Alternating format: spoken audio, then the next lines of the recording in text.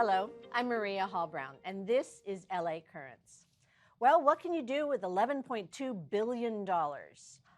Actually, someone is here who knows exactly what we're going to be doing with $11.2 billion in the city of Los Angeles. I'm delighted to be joined by Paul Krekorian. He is the chair of the City Council and Budget and Finance Committee. So nice to have you here, and so nice to have you here in better circumstances. Indeed. Last we chatted, it was rather a different arena completely.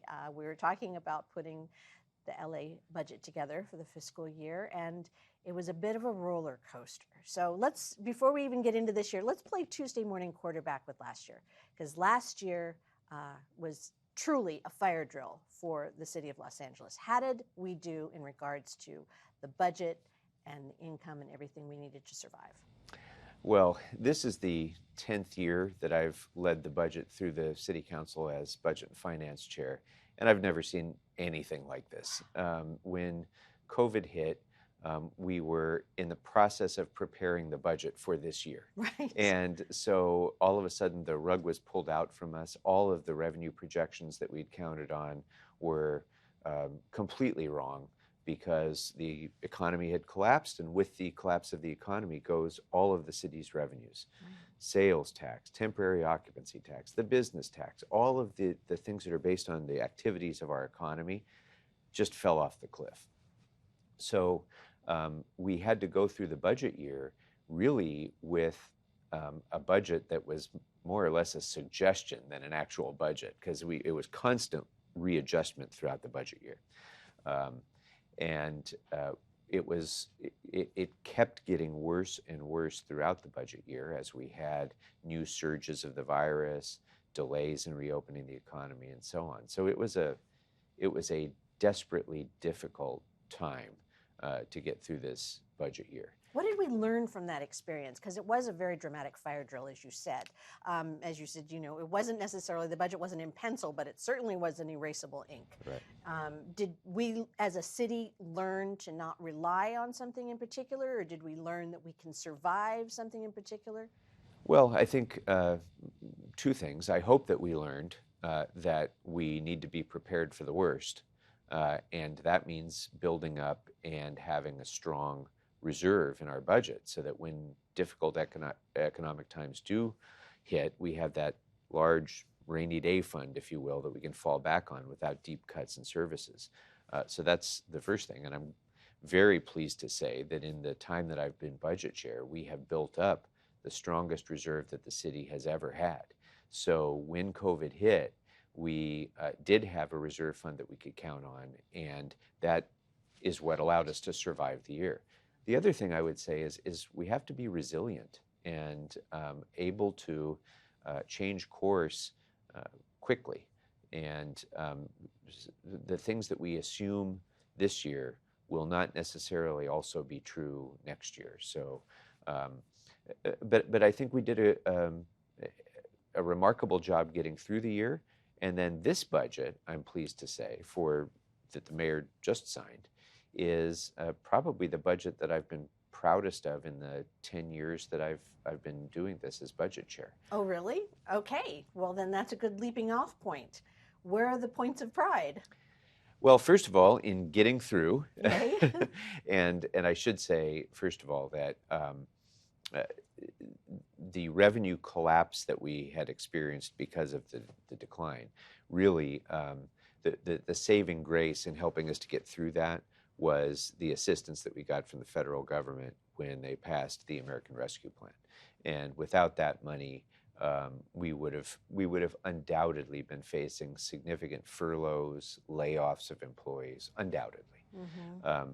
But with that money, we were able to balance the budget for this current fiscal year and stabilize ourselves. And then in the coming fiscal year that starts on July 1st, we were able to rebuild our reserve, which is the most important thing. In fact, this is now, in this year, the largest reserve that the city has ever had in history, both as a percentage, and it's almost 9% of the budget, which before I was budget chair, we had never even gotten to 5%. So to have a 9% reserve almost is It's really important because we don't know how long the recovery will take. We don't know if there will be additional challenges that may come from COVID or something else. Um, it's important to be able to have that resiliency to be able to ride through downturns in the economy, and this budget does that. But in addition to that, we're making substantial investments in the things that people need the most. Almost $1 billion in homelessness response. We're investing significant amounts of money in economic stimulus and economic development to help prime the pump for our economic recovery. And very important to me, we've set aside an additional $100 million to recreation and parks, which had suffered such devastating losses back in the days of the Great Recession and never fully recovered from those losses a decade ago. This budget includes $75 million in new projects like new playgrounds, new ball fields, lighting, improvements to rec centers throughout the city. In addition, we're funding child care centers in parks throughout the city. When I started on the council, we had 22 child care centers in parks. And during the Great Recession, that number was cut down to 2. Oh. So we're bringing 8 of them back, which will be a huge boost for working parents throughout the city. And then we're hiring a lot of people in rec and parks too, aquatics staff, recreation staff, gardeners, replenishing rec and parks in a way that it hasn't seen in over a decade. And I'm just thrilled because that is how you build community. That's how you uplift youth, by investing in our parks.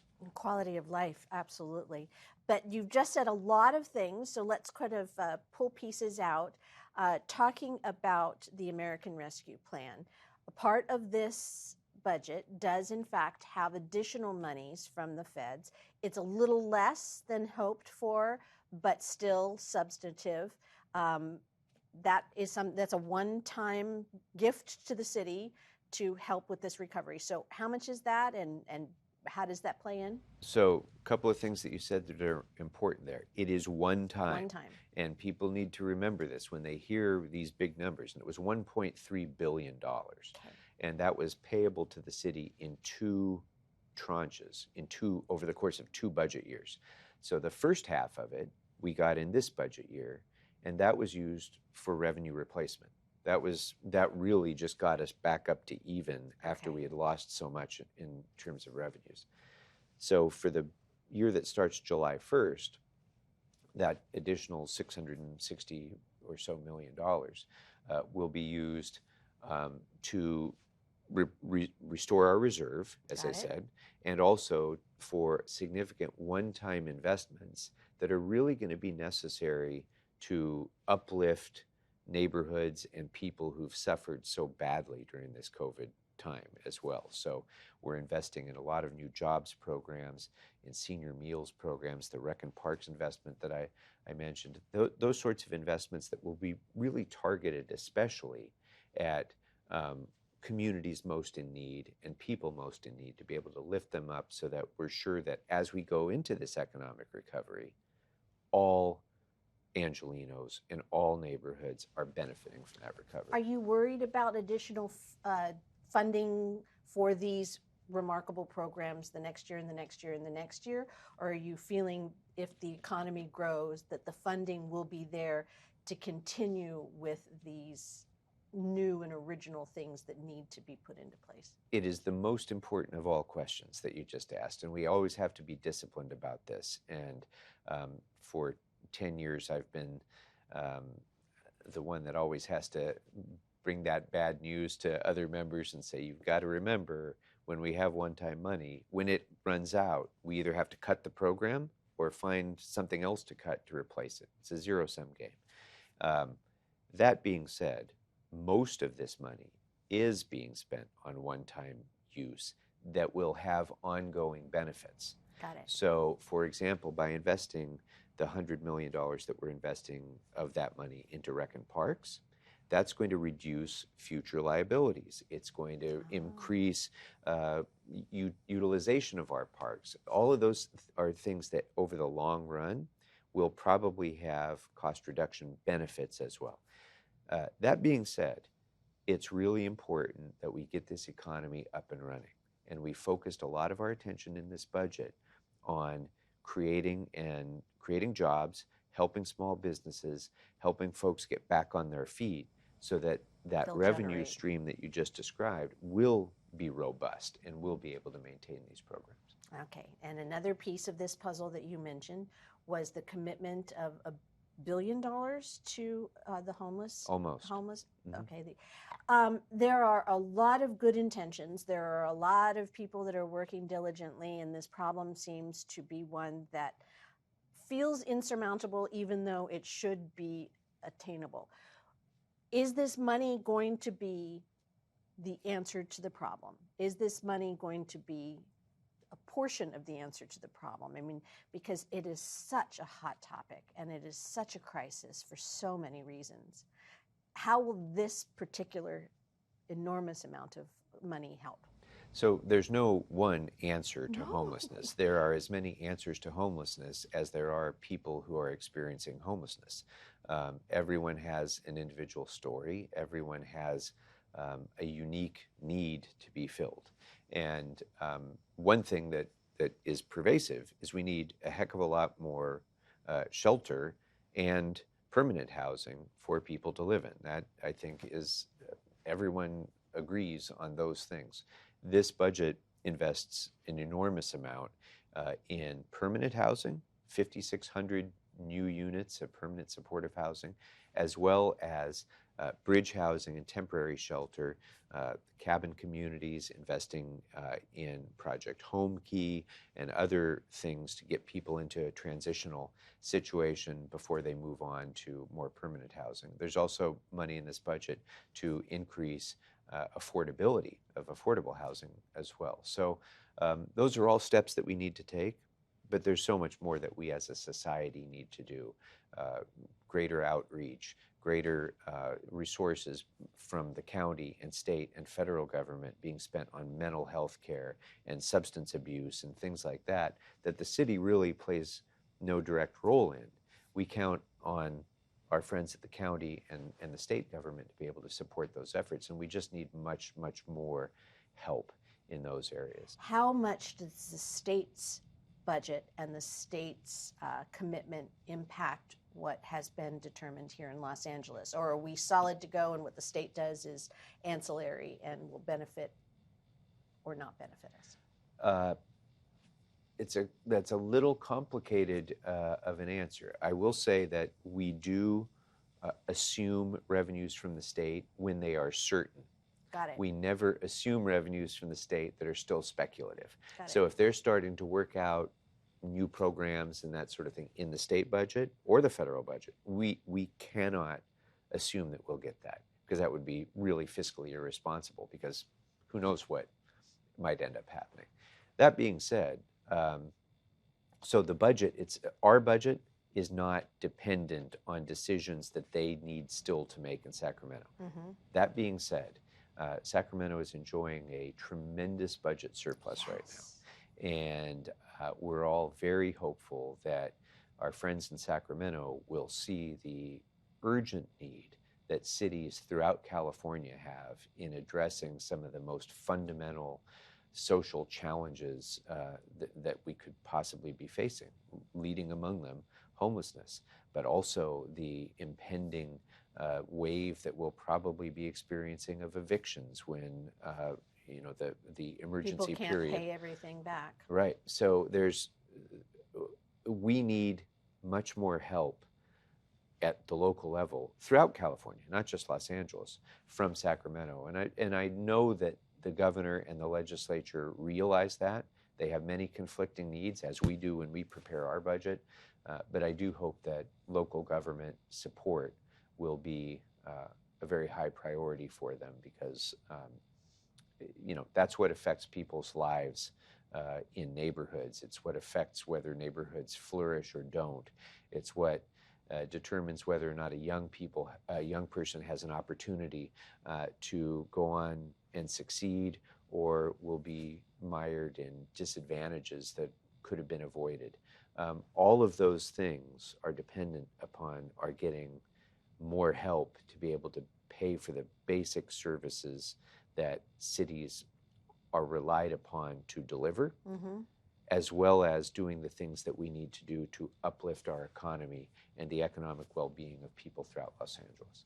Yeah, it is a little frightening to think about all of those, all that debt that was incurred, to keep things somewhat stable for people that still then has to be repaid now, and whether that's going to be even physically possible for people to be able to pay that back. So fingers crossed in that regard. You mentioned Parks and Rec, and that's obviously elevating life and making life better. But one of the things that is incredibly important to you is the environment.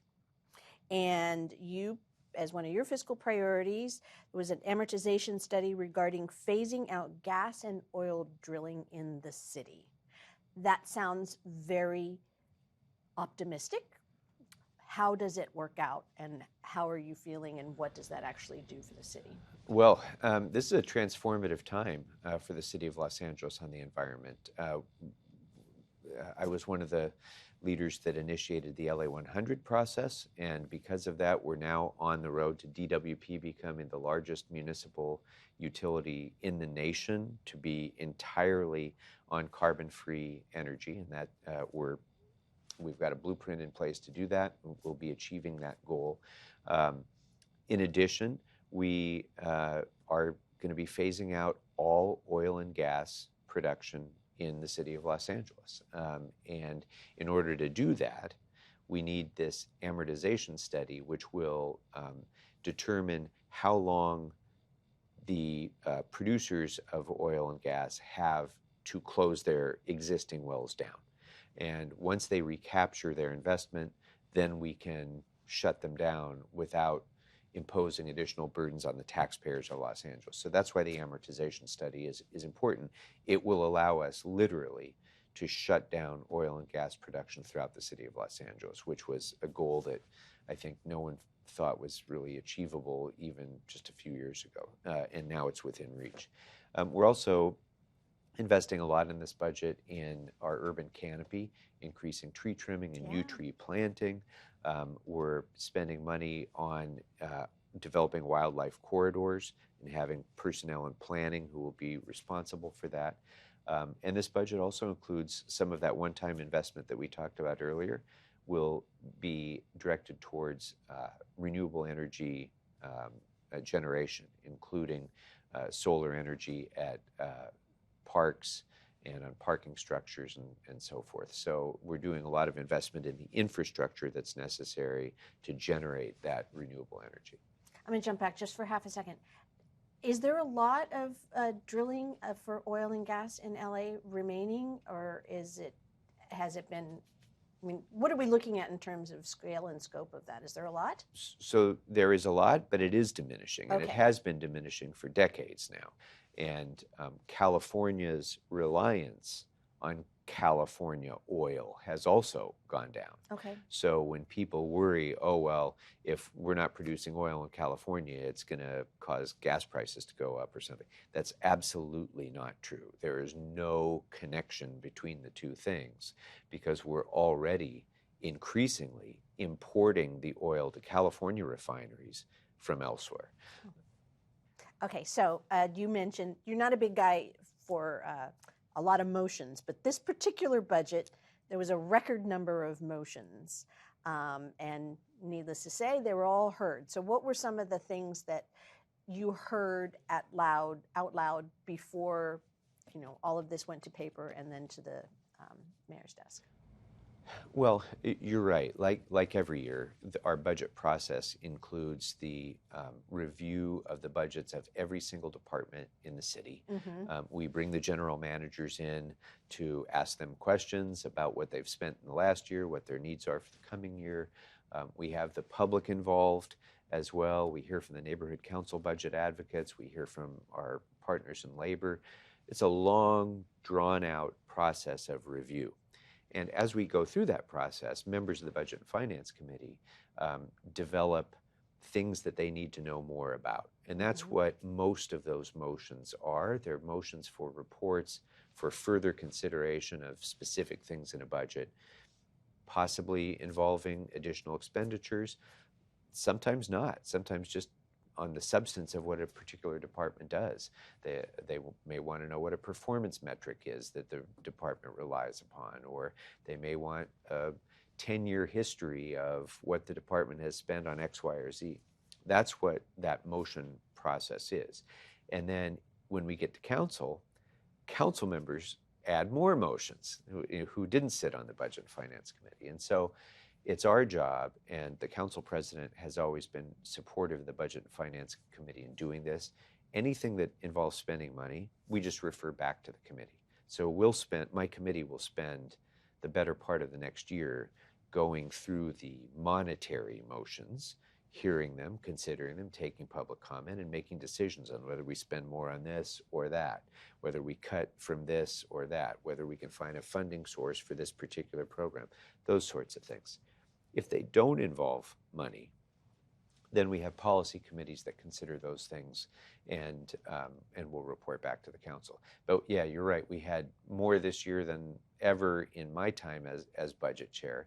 And I think part of that is just driven by the extraordinary nature of the situation we're in, and the many unknowns, and the fact that we are emerging from COVID, and it does look like an optimistic time going forward. And so people are eager to get things started again and do positive things. And so I think that's what drove a lot of the motion production this year. Okay, so the positive things, desperately trying to address homelessness, enhancing the quality of life through Parks and Rec, working towards a safer environment, inspiring business and helping that get going.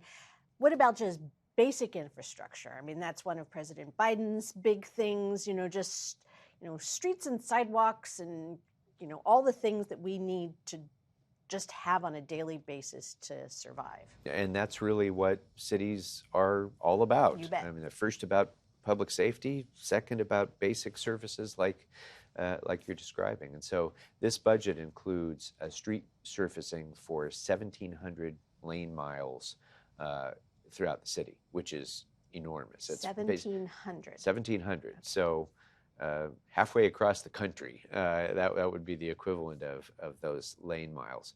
And when you think about it, that's about 5 miles of resurfacing every single day. So it's a big investment. It's an important investment because we know that if we don't spend that money up front, we end up spending much more as the quality of streets deteriorates, and it gets more and more expensive as it deteriorates. We're continuing to spend under the comprehensive sidewalk repair program that I helped to initiate a few years ago, and in connection with the Willett settlement as well. We're continuing to invest tens of millions of dollars in sidewalks. It's around $40 million this year. And very importantly, in both of those areas, streets and sidewalks, we're tying those repairs to our targeted local hire program. So the targeted local hire program reaches out to people who are some of the hardest to hire people in Los Angeles, people who have barriers that get in the way of their being employed. Maybe they've been formerly incarcerated. Maybe they're experiencing homelessness or recently did. Maybe they have they're coming out of foster care and they don't have the basic skills necessary to go out and look for a job. The targeted local hire programs gives people who apply the soft skills that they need to be competitive job seekers. And then if they succeed in that initial program, we channel them right into civil service positions for the city of Los Angeles. Wow. So they get not only a job, but a life-changing career that will impact generations of their family. It's a phenomenally successful program. So, people who a year ago might have been sleeping on a sidewalk, next year may be fixing those sidewalks. And it's just been a great success both in delivering services to the people. Some of the best employees we have are through targeted local hire, but also changing lives for people who might have given up hope otherwise. I don't know if there's an answer to this question, but that makes me think targeted local hire, as you said, that there have been barriers for employment. And if somebody maybe is unhoused or, has just recently suffered some sort of life-altering experience, what about the support things that they need in order to show up to work with clean clothes and get the transportation to get there. Are there support services to help with this program so that people will be able to show up on their first day of work and their second and their third and their 10th and their 100th? Absolutely. That's what Targeted Local Hire does. But in addition to that, we have programs like, for example, LA Rise, which this budget put an additional $3 million into, which does exactly that. Through social enterprise investments, we have through, Chrysalis, through the Goodwill, through other, nonprofits like that. They bring folks in who have maybe no ability to go and do the basic things that you described. They help them develop those skills. We're sponsoring that, and that makes them employment ready. So Right. it's a great investment in what will change a life, forever, perhaps. All right. Well, something near and dear to my heart and an industry that was literally decimated during the pandemic, of course, is the arts. Where does the city lie in its support of the arts in this fiscal budget? Well, we did create some new programmatic funding, especially around murals and youth arts programs and that sort of thing. We've funded some additional youth art centers, which was all good. There was a fairly robust new investment of funds, of general fund money, into different arts programming like that. One of the challenges that the Department of Cultural Affairs has right now, but it's getting better, is that a big part of their budget is directly tied to our temporary occupancy tax, our hotel tax. Sure. So the decision was made that because tourists come to Los Angeles in part because of our entertainment and cultural culture, sure. resources here, it made sense to tie those, to take a portion of the temporary occupancy tax and give that straight to cultural affairs so we could continue to be a world-class city when it comes to cultural matters. Needless to say, COVID decimated the hotel industry, probably worse than any other industry. And at one point, occupancy in our hotels was down it was down by over 70%. Now we're recovering that occupancy. Now we're at around 50% by the summer. We expect to be up around 75% again by summer of next year. So it's coming back, and with that will come additional revenues for cultural affairs as well. But in the meantime, we did invest a significant amount of money in the programs like those that I described. All right, we've got a very short amount of time, but I would be remiss if I didn't say, hey, what's happening in the second? Well, I'm really proud of what we've done in my district to directly respond to homelessness. We have opened 2 bridge home housing facilities in addition to 2 cabin communities, and we're about to get our 3rd done within the next few months. So that's 5 bridge housing facilities that alone, if you just take those 5 facilities alone, that will have enough capacity to house every single unsheltered person living on the streets of my district. Wow. And so I was very proud that we were able to achieve that, in addition to creating the first navigation center, homeless services navigation center in the entire city. It's a drop-in spot where a homeless person can come in, get connected with housing navigators, with social services, job opportunities, store their things, have hygiene, showers, and so forth, all in one place. So we're taking really aggressive action to deliver the services that are needed for our homeless community, as well as then ensuring that we guarantee safe and livable communities for the entire district as well. Wow. Well, it's great to see you. I'm glad things feel a little bit more back on stable ground than last time we met, and I look forward to chatting with you again about all of these incredible programs and a good year for the city of Los Angeles. It's going to be a good year and many more good years to come, I'm confident. Thanks for having me. Thank you, Councilmember. And that's a wrap on this LA Currents.